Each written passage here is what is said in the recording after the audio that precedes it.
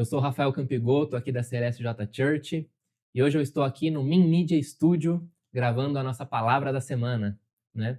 Essa semana e a próxima, nossa palavra vai ser virtual, né? Vamos dizer assim, através do YouTube, nas nossas redes sociais, porque nós estamos participando de alguns eventos. Então, essa sexta agora, nós estamos fechando o projeto do Elas Cuidando Delas, em Ubatuba, e dia 1º de maio nós estaremos participando da Cruzada de Milagres. Então, devido a isso, eu estou aqui nesse estúdio maravilhoso para trazer uma reflexão bíblica, né? Para todos nós. Então, para a gente começar o nosso papo aqui, abre aí em Romanos 8, Romanos capítulo 8, versículo 13, e diz assim: Porque, se vocês viverem segundo a carne, caminharão para a morte. Mas, se pelo Espírito mortificarem os feitos do corpo, certamente viverão. Então, esse versículo é interessante, né? Porque ele faz uma distinção aí entre viver pela carne e viver pelo Espírito, né? Ele diz que viver pela carne é sinônimo de condenação e viver pelo Espírito é sinônimo de vida, né? Então, o que será que isso significa? O que é viver pela carne e viver pelo Espírito? Então, bem, para a gente pensar mais um pouquinho nisso, vamos lá em Gálatas,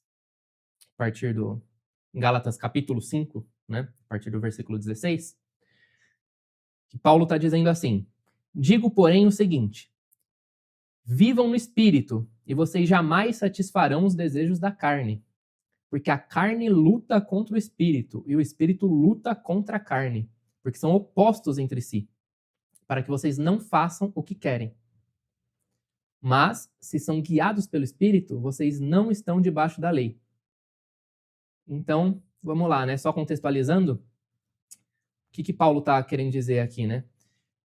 O intuito dessa carta, né, de Paulo aos Gálatas é impedir que o povo de lá se perdesse, né? Perdesse os ensinamentos que Paulo deixou quando passou pelaquela região na sua primeira viagem missionária. Então, ele passou por lá, pregou o evangelho, depois foi embora. Então, o que estava acontecendo, né?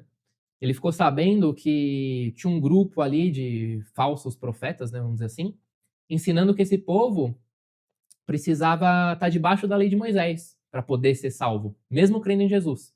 Então, provavelmente, esses mestres, né, eram judeus recém-convertidos.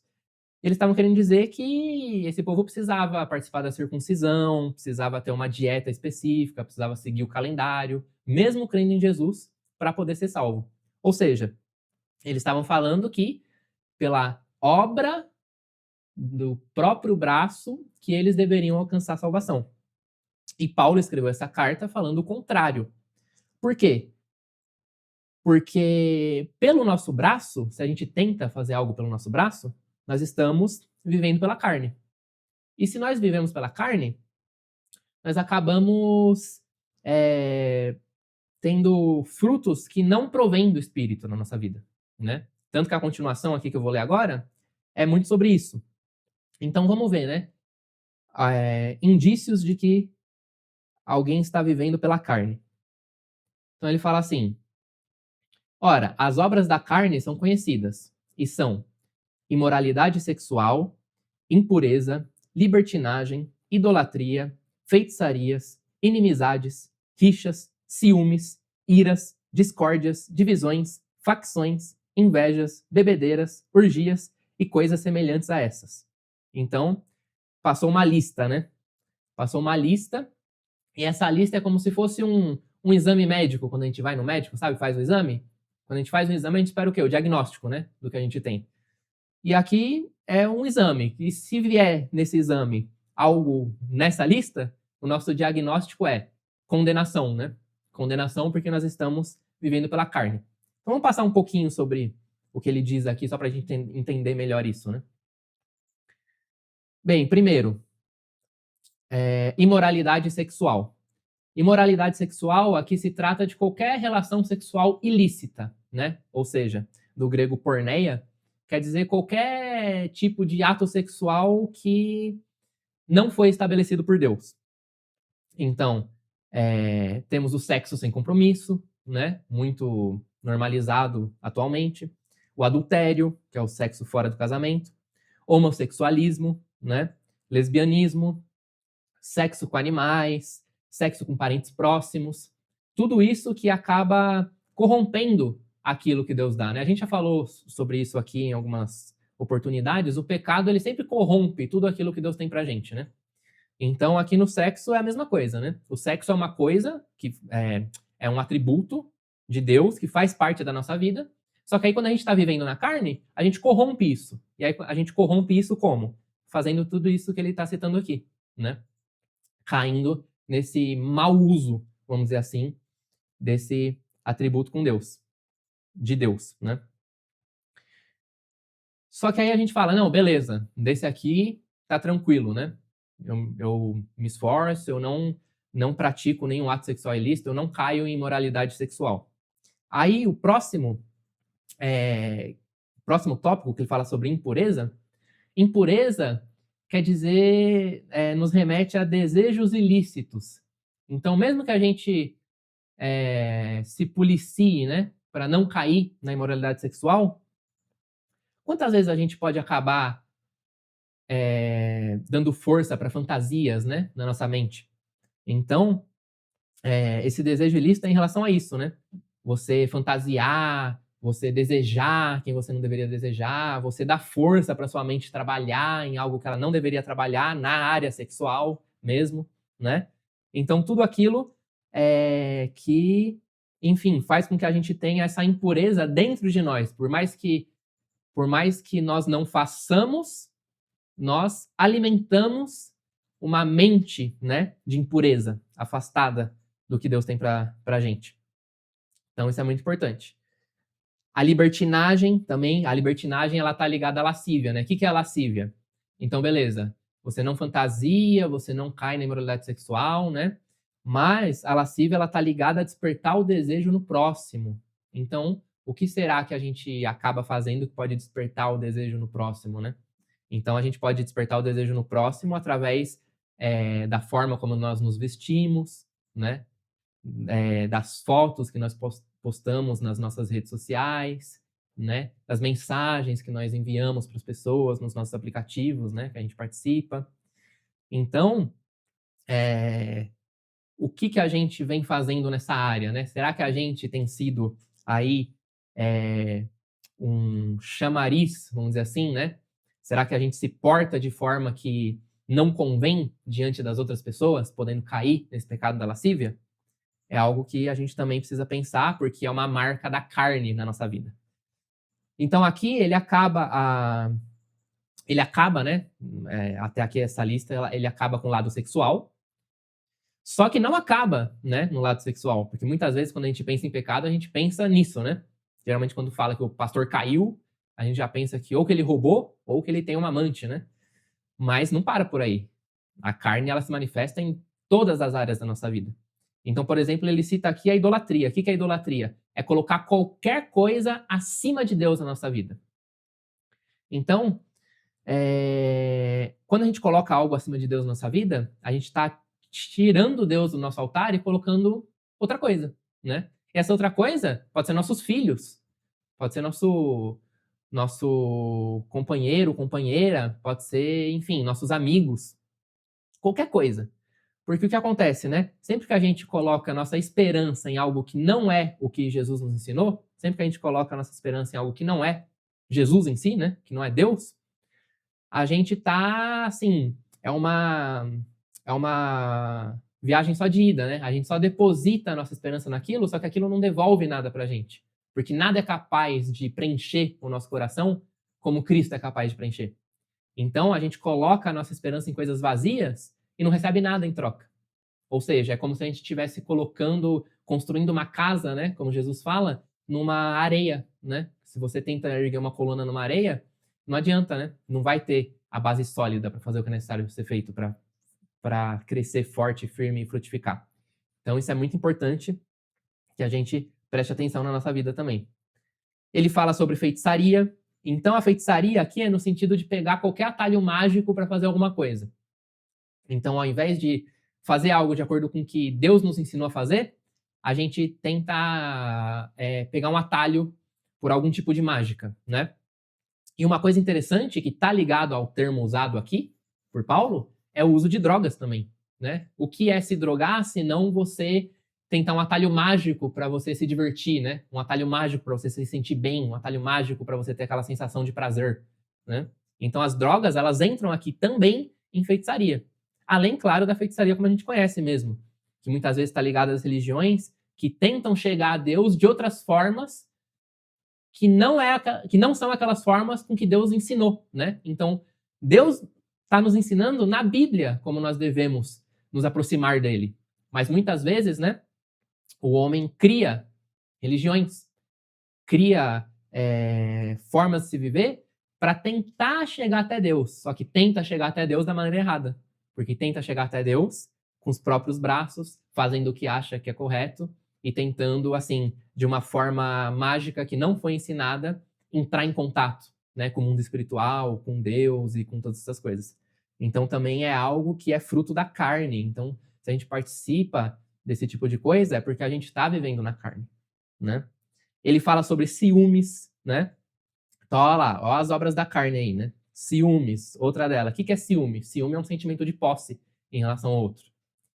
E ninguém assim, ninguém é propriedade de ninguém, né? No sentido de que, mesmo que você tenha um marido e uma esposa, Deus te deu a sua esposa para você cuidar dela. Deus te deu o seu marido para você cuidar dele, né? Não é uma propriedade sua, né? Não é essa a ideia de casamento. Até com amizades também. Deus te deu amigos para que você viva junto com eles as coisas que Deus tem para a vida de vocês. Mas o seu amigo não é sua propriedade, porque senão começa aquilo, né? Ah, você fica bravo porque fulano arranjou um outro amigo, aí tá indo mais na casa dele do que na sua. E aí isso começa a criar o quê? Rixas, que também é citado aqui, brigas, confusões, né? Ou seja, todo esse tipo de sentimento, ele aflora da onde? Da nossa carne, né? A nossa carne que faz aflorar, faz aflorar esses sentimentos, né? Em todos nós.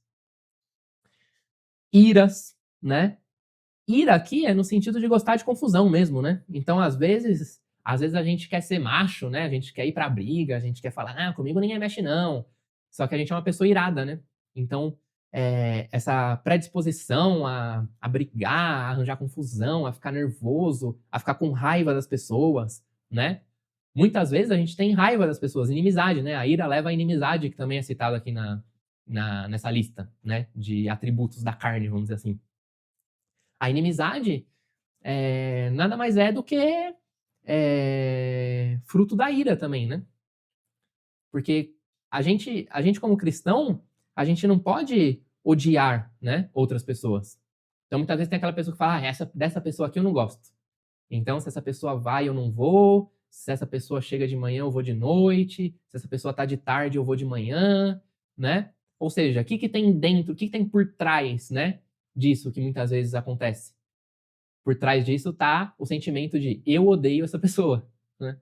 E nós não podemos odiar as pessoas, nós não podemos odiar ninguém. Isso não é fruto do espírito, é fruto do quê? Da carne. A carne odeia muitas pessoas, né? Então, ele também fala sobre bebedeira. Então, colocar sua... bebedeira não é nada mais que uma forma de idolatria, né? Porque você idolatra a bebida, você coloca a sua esperança no álcool, né?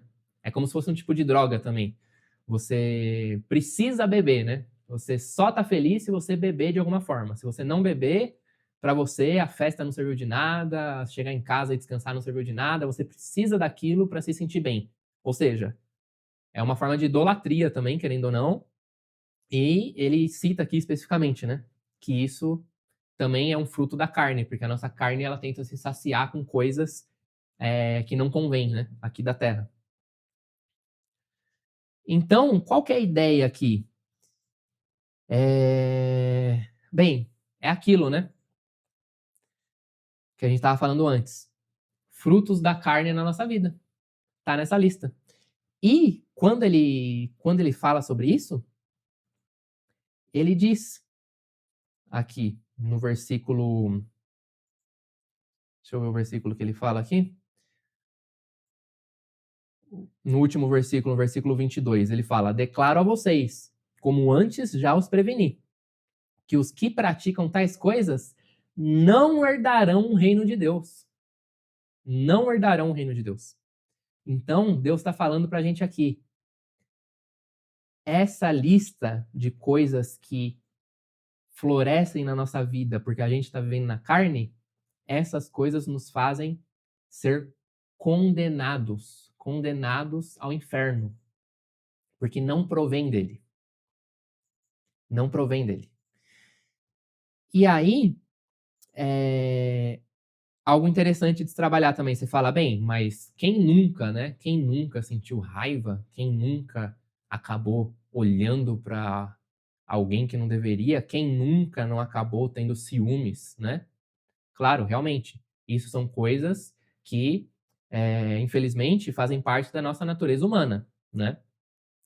Porque na passagem que a gente acabou de ler, Paulo também está falando, a nossa carne, o nosso espírito, né? O espírito habita dentro de nós, só que a carne, ela milita contra o espírito, ela luta contra o espírito, né? Paulo usa um termo militar aqui. Ele está querendo dizer que a carne está em posição de combate para atacar o espírito sempre que possível. Ou seja, a carne está sempre dentro da gente, tentando fazer com que a gente a obedeça, né? Só que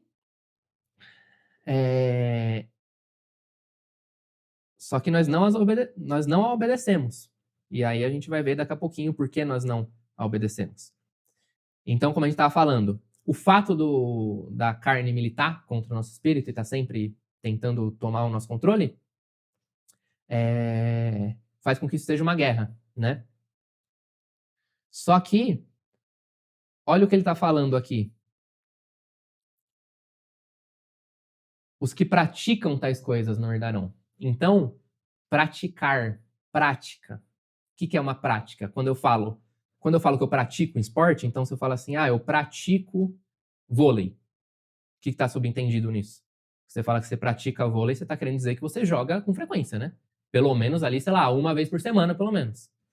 Quando você fala que você pratica algum esporte, é isso que você está querendo dizer. Quando você fala que você, sei lá, pratica academia, você quer dizer que pelo menos umas 2, 3 vezes por semana você vai para academia. Porque se você vai para academia uma vez por mês, você não pratica academia, certo?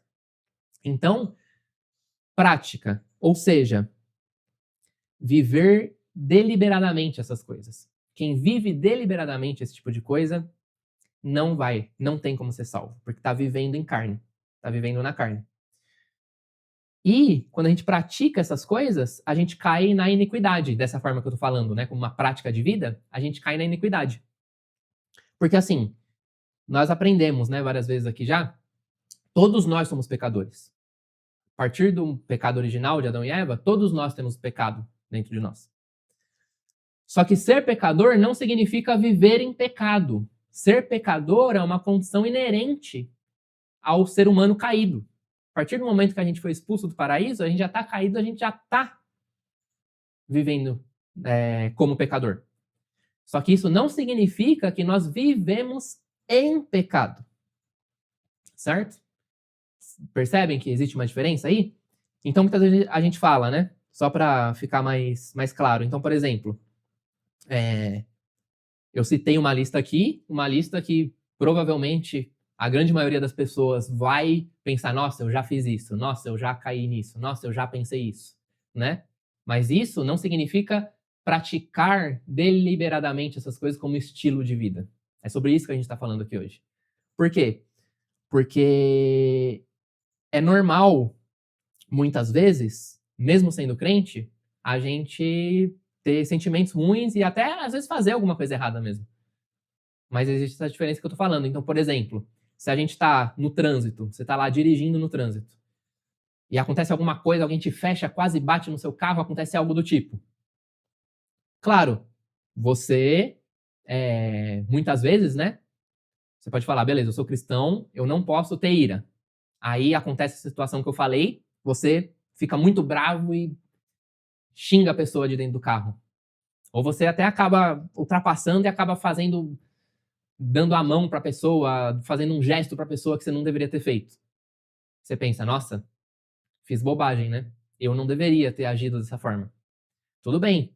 Muitas vezes nós acabamos, né, caindo né, em algum pecado, fazendo alguma coisa errada. Só que perceba a diferença de alguém te fechar e você xingar a pessoa no automático e no mesmo dia você já perceber que aquilo não foi legal, para uma situação em que se alguém te fecha na rua, você já está estressado. Se alguém te fecha na rua, você xinga todos que passam na sua frente. Se qualquer carro que dá o sinal na sua frente, você já xinga. Você já está disposto a arrumar a briga. Se alguém quase bater no seu carro, se alguém te fechar, você desce do carro e vai bater na janela do cara, querendo sair na mão com o cara. Então, qual a diferença para esse segundo caso? A diferença é que nesse segundo caso, você é uma pessoa irada. Você escolheu a ira desde que você acordou. Você não caiu em ira porque algo te fez tropeçar. Você escolheu a ira desde o momento que você abriu os olhos. Então, as pessoas que passam na sua frente, as pessoas são só desculpas, são só circunstâncias que fazem você colocar para fora aquilo que já está dentro de você. Então, essa é a diferença. Então, não existe a gente viver deliberadamente essas coisas. É igual se você pega um carro e você tem uma viagem muito longa vamos supor que você precisa viajar 2.000 quilômetros com o seu carro. Se em 2.000 quilômetros o pneu do seu carro furar uma vez e você trocar, foi uma viagem tranquila, né?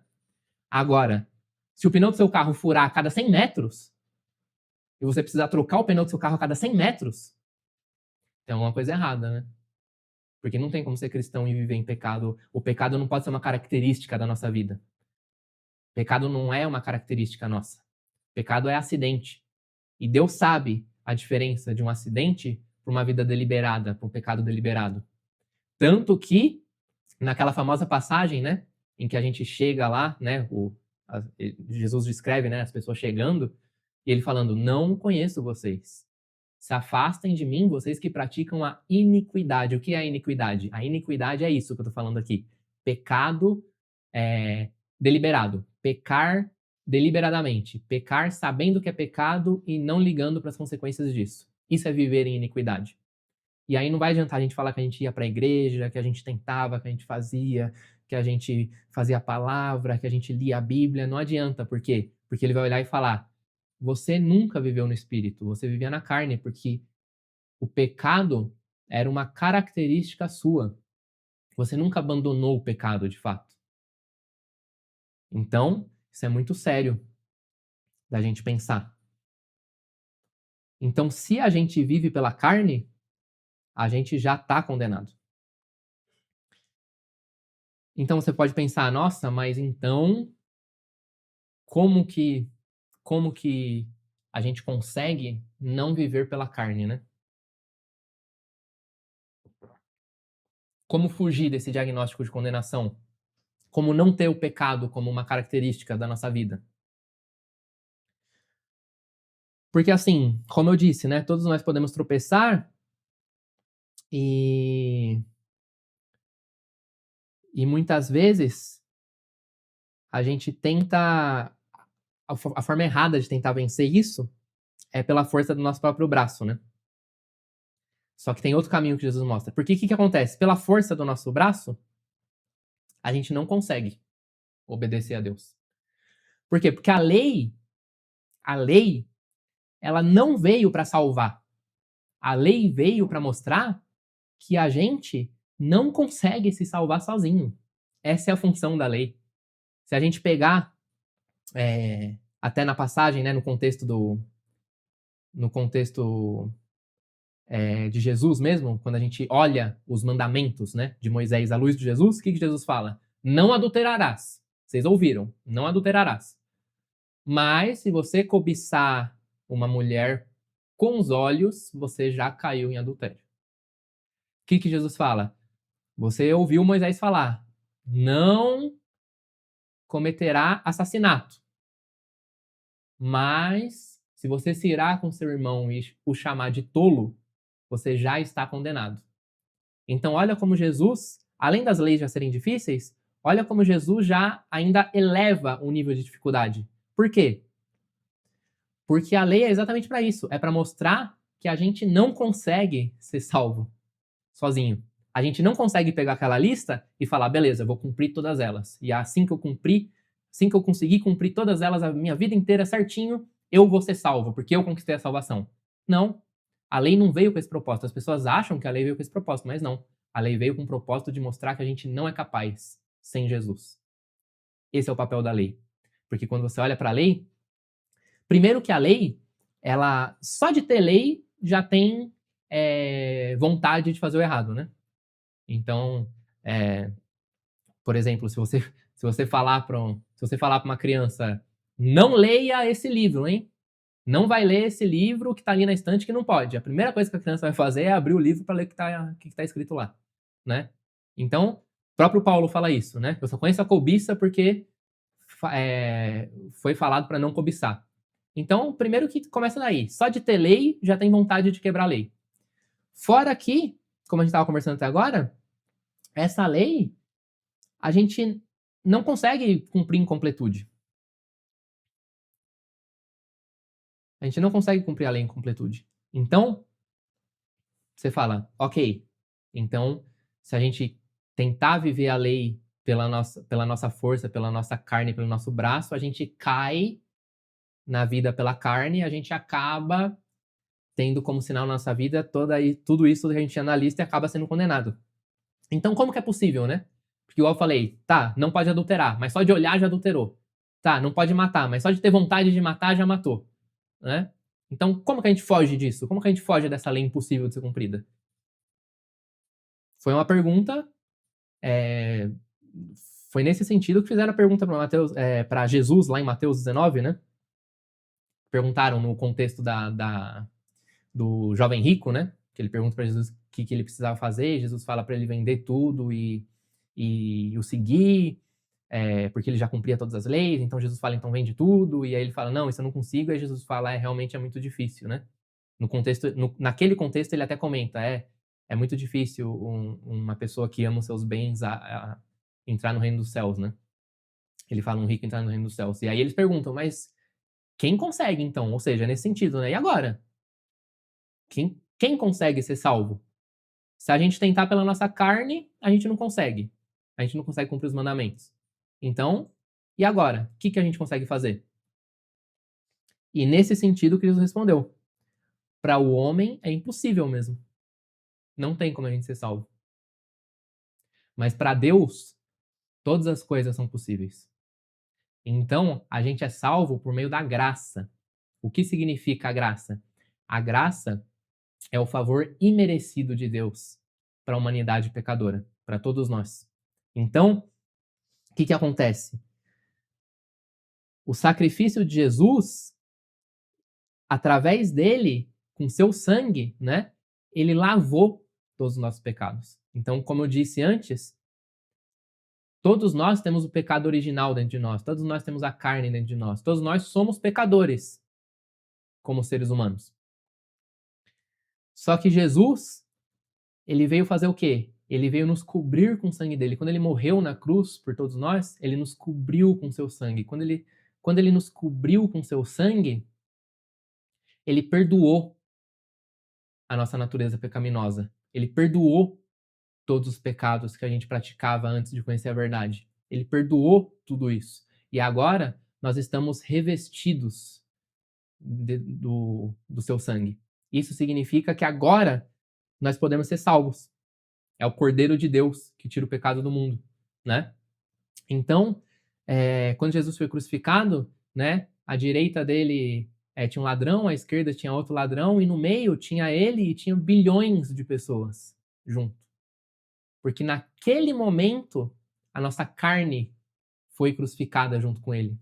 Porque a partir daquele momento, é como se Deus falasse: mesmo sendo impossível para vocês, mesmo vocês tendo a natureza pecaminosa, e mesmo vocês sendo incapazes de cumprir a lei em plenitude para ser salvo, não importa. Mesmo assim, eu salvo vocês. Por quê? Porque eu quero, porque eu quis, porque eu tô afim. É pela graça. E a partir do momento que a gente aceita essa graça, automaticamente a nossa carne, que foi pregada junto com Deus, com Jesus, a nossa carne morre junto. E aí começam a crescer os frutos do Espírito na nossa vida, ao invés dos frutos da carne. Então, muitas vezes, as pessoas por aí, elas acham que você precisa obedecer o que foi colocado os mandamentos, obedecer, sei lá, de alguma forma ser bonzinho para agradar a Deus, e aí agradando a Deus eu conquisto a minha salvação. Então Deus olha para mim e fala: nossa, realmente ele é uma boa pessoa, ele faz boas obras, então ele merece ser salvo. As pessoas acham que é assim, mas não é, o contrário. A gente já está salvo. E como a gente já está salvo, automaticamente a nossa vida entra em confluência com a obediência de Deus, para Deus. Então a gente obedece a Deus, a gente consegue, a gente consegue não cair, né, no que a carne faz florescer na nossa vida, porque a gente já está salvo e a gente já tem essa gratidão, essa alegria da salvação e a gente já anda no Espírito. É por isso, não o contrário. Então, é o oposto do que as pessoas acham. Porque se a gente tentar, pelo nosso próprio braço, ser bom o suficiente para ser salvo, a gente cai nas obras da carne, que foi listado aqui. E a gente não consegue. A gente não consegue ir sozinho. A gente não consegue pelo nosso próprio braço. A gente só consegue através de Jesus. Então, é até interessante a gente entender isso, né? A gente entender o papel de Jesus na nossa salvação. É pela graça. É por isso que a gente diz que é pela graça. E só poderia ser pela graça. Porque como o próprio Jesus disse, para o homem é impossível, né? Tem até uma história interessante que eu ouvi um pastor falar esses tempos, que é, enfim, o contexto é a história de um homem que ele vai de navio até a Austrália na época de achar ouro naquela região, e aí ele vai para garimpar, ele vai para tentar achar ouro lá, né?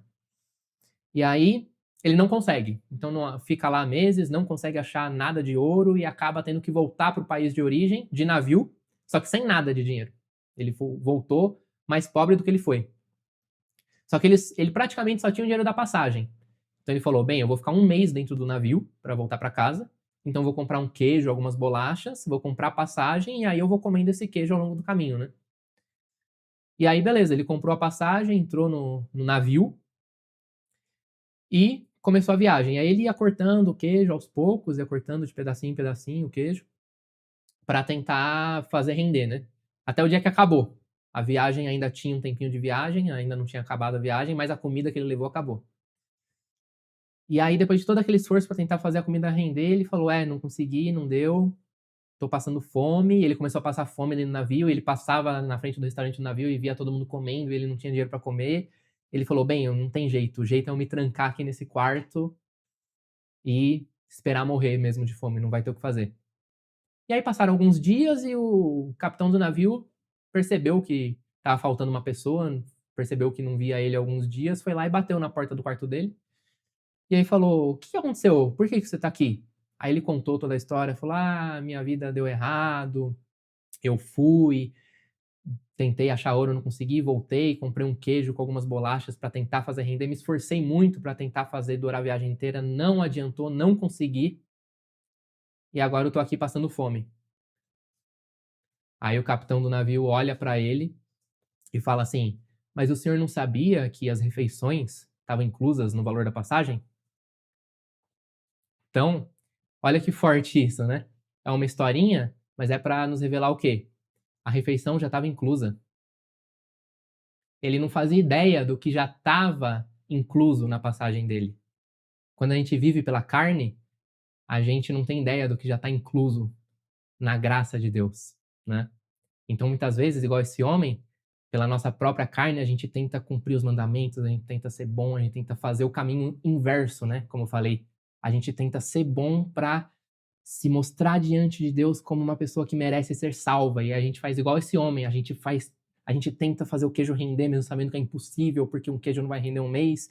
A gente faz todo aquele esforço em vão, e aí quando a gente percebe que a gente não consegue sozinho, porque o nosso próprio braço só floresce a obra da carne na nossa vida, a gente cai nesses pecados e aí a gente se isola e fica desiludido, falando que não conseguiu, e aí vem Jesus e fala: mas já estava incluso, você não precisava provar ser bom para ser salvo, você já está salvo. Como você já está salvo, viva pelo Espírito de Deus e frutifique.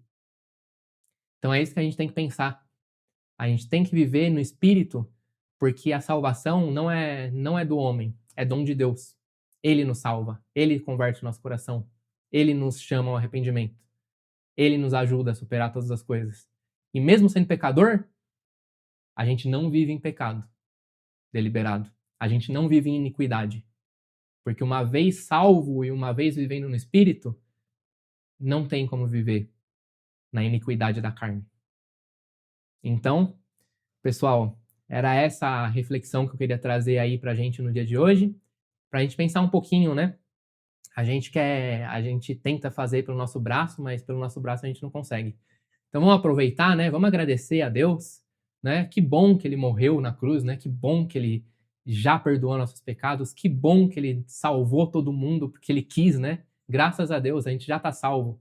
Que bom tudo isso. Vamos aproveitar então, vamos viver no Espírito, vamos dar lugar ao Espírito Santo na nossa vida e fazer com que o pecado seja só um acidente aqui ou ali, uma troca de pneu em 2.000 quilômetros, e não uma troca de pneu a cada 10 metros que nos impede de caminhar e nos faz cair no caminho da condenação. Amém? Então era isso que eu queria trazer para vocês hoje, essa reflexão aí. Espero que tenha sido de bom proveito para todos vocês que estejam assistindo nós no dia de hoje. Amém?